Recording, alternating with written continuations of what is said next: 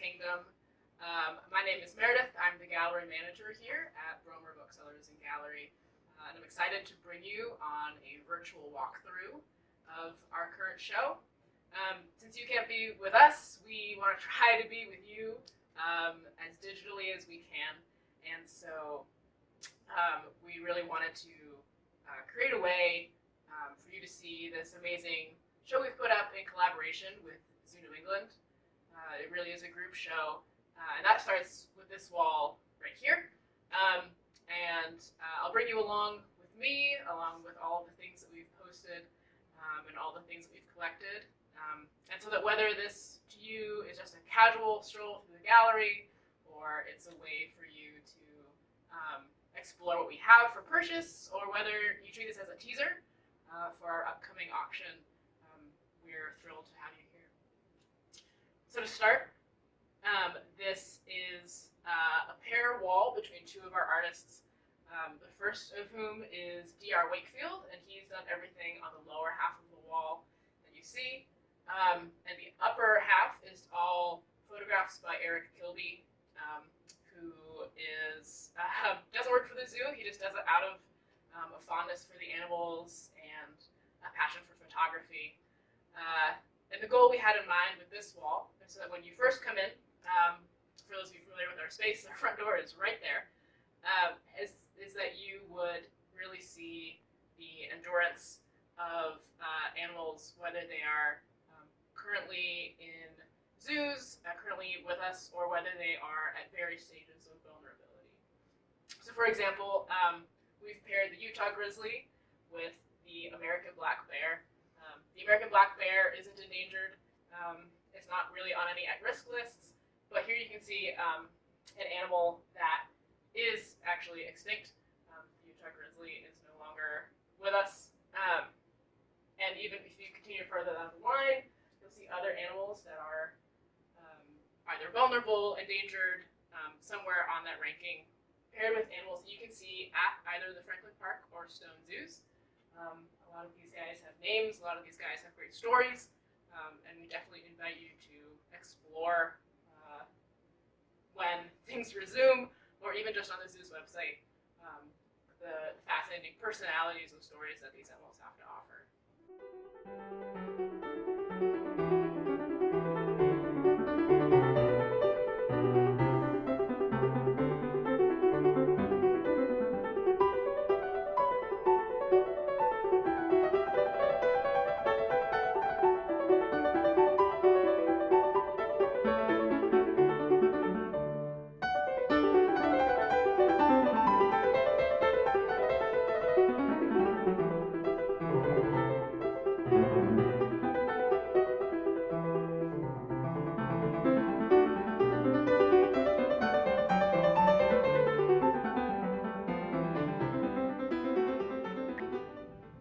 Welcome to the second stop on our tour, featuring the photographs of Eric Kilby.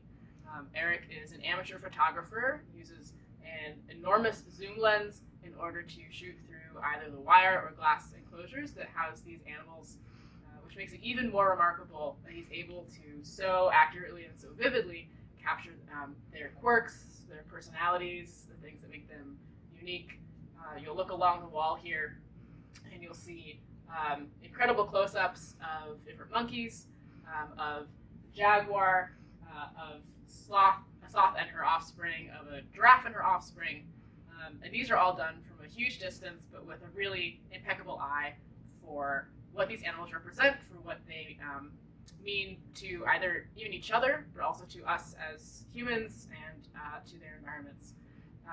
All of these are done as signed and limited prints, so if you should desire to purchase one, we'll get it signed and numbered by Eric at the time of purchase. You can see an example of that right here, and we're thrilled to bring them to you. We have multiple copies of all of them, so don't feel like you'll miss out, because you won't, and they're remarkable just to have around us every day.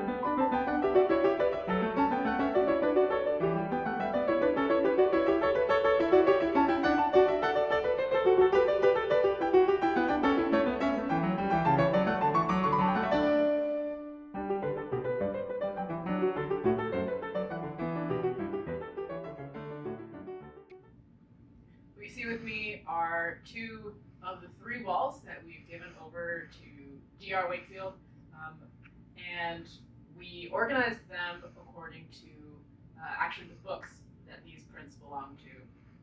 Wakefield operates under his Chevington press imprint, and he produces a number of volumes, but we've really focused on 3 that he devotes to animals. So the first, which you'll see over here, are animals that are extinct. They're part of a large alphabet featuring everything from the Steller's sea cow to the zebra wolf, also known as the Tasmanian devil, to the indefatigable Galapagos mouse, which turned out to be fatigable, unfortunately. And on the other side of me, you'll see animals that are endangered or status unknown in the case of the giant elephant, where we think that there are some still in existence, but we just can't be sure. And Bob's method is really fully on display here, because in addition to these prints on the wall and to his books, we also have a whole suite of extra loose prints, as well as the super deluxe edition of his alphabet of endangered animals. And through all that, you can see that he really experiments with color throughout his process in a way that is fairly unique to this current moment in printing, where with each pull through the press, he re-inks, and so everything has a slightly different tone, a slightly different hue. And so when you're looking through everything that we have to offer, definitely take note of those color registers. It's really fascinating to kind of watch how he works through color and color theory. What you don't see on the walls with me are representatives from his book on the rhinoceros, which is called Going, which I'm thrilled to show you because I love the exterior of it. It's this beautiful paper made to look like rhino skin, and when you open it up, he really takes on a beautiful, the subtle colors that you find in different rhinos around the world. In this case, this is the Indian rhino. He's given it its signature sort of green tint, again recalling Wakefield's really incredible eye for color, and at the same time giving these rhinos their kind of noble due, even as he explores the things that make them vulnerable and at risk in the world.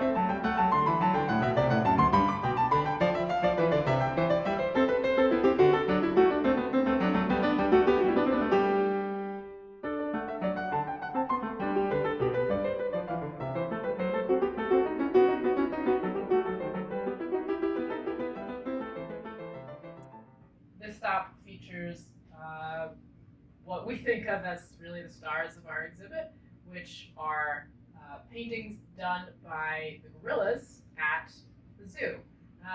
These are done as part of the zoo's animal enrichment program, and having the gorillas do some finger painting helps them build relationships with their trainers and their keepers, and helps them really learn to respond to commands, which in turn helps the keepers do health assessments, so that when they ask gorillas to turn a certain way or respond in whatever manner they need them to, it becomes a much less invasive way of doing wellness checks to make sure that the gorillas are all fit and healthy.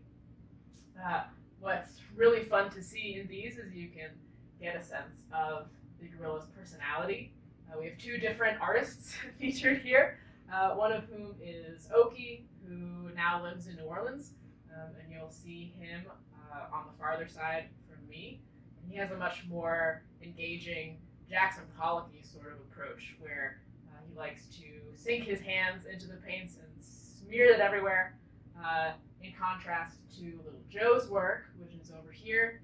He's much more precise, a bit more pointillist, very concerned with keeping his hands clean the whole time. And what's really engaging and really fascinating about these pieces is that they allow us to have some insight into who these gorillas are, almost as we would if they were people, into their, like I said before, personalities, quirks, the things that really make them joys, I know, for the keepers to work with.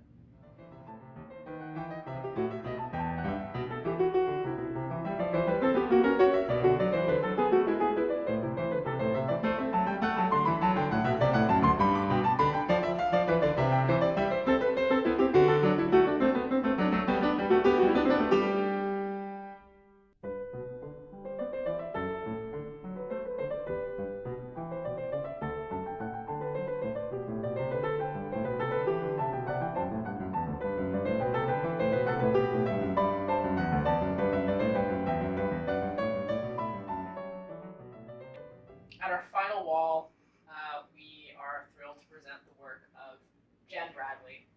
Jen is the artist in residence at the zoo, and she worked closely with us while we put the exhibit together, giving some really great advice both on how to present the art, but also with how to interpret the animals and how to really engage with the material in a way that we weren't previously familiar with. So we're really thankful to her.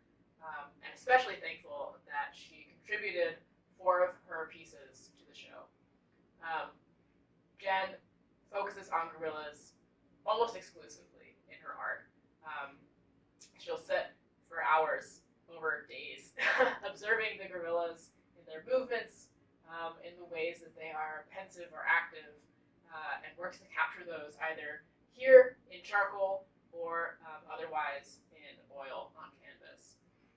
And her studies are really moving and a really incredible expression of portraiture and what portraiture can mean.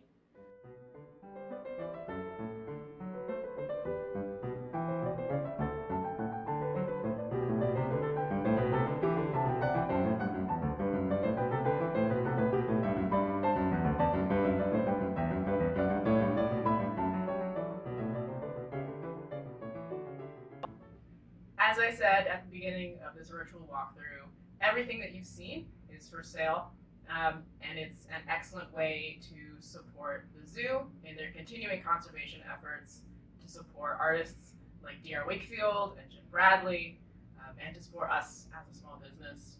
Specifically, it's a teaser for an online auction that we'll be having starting Monday, April 13th, and running through Sunday on the 19th. And you can find more information about that either by contacting us directly or following any of the links in the description.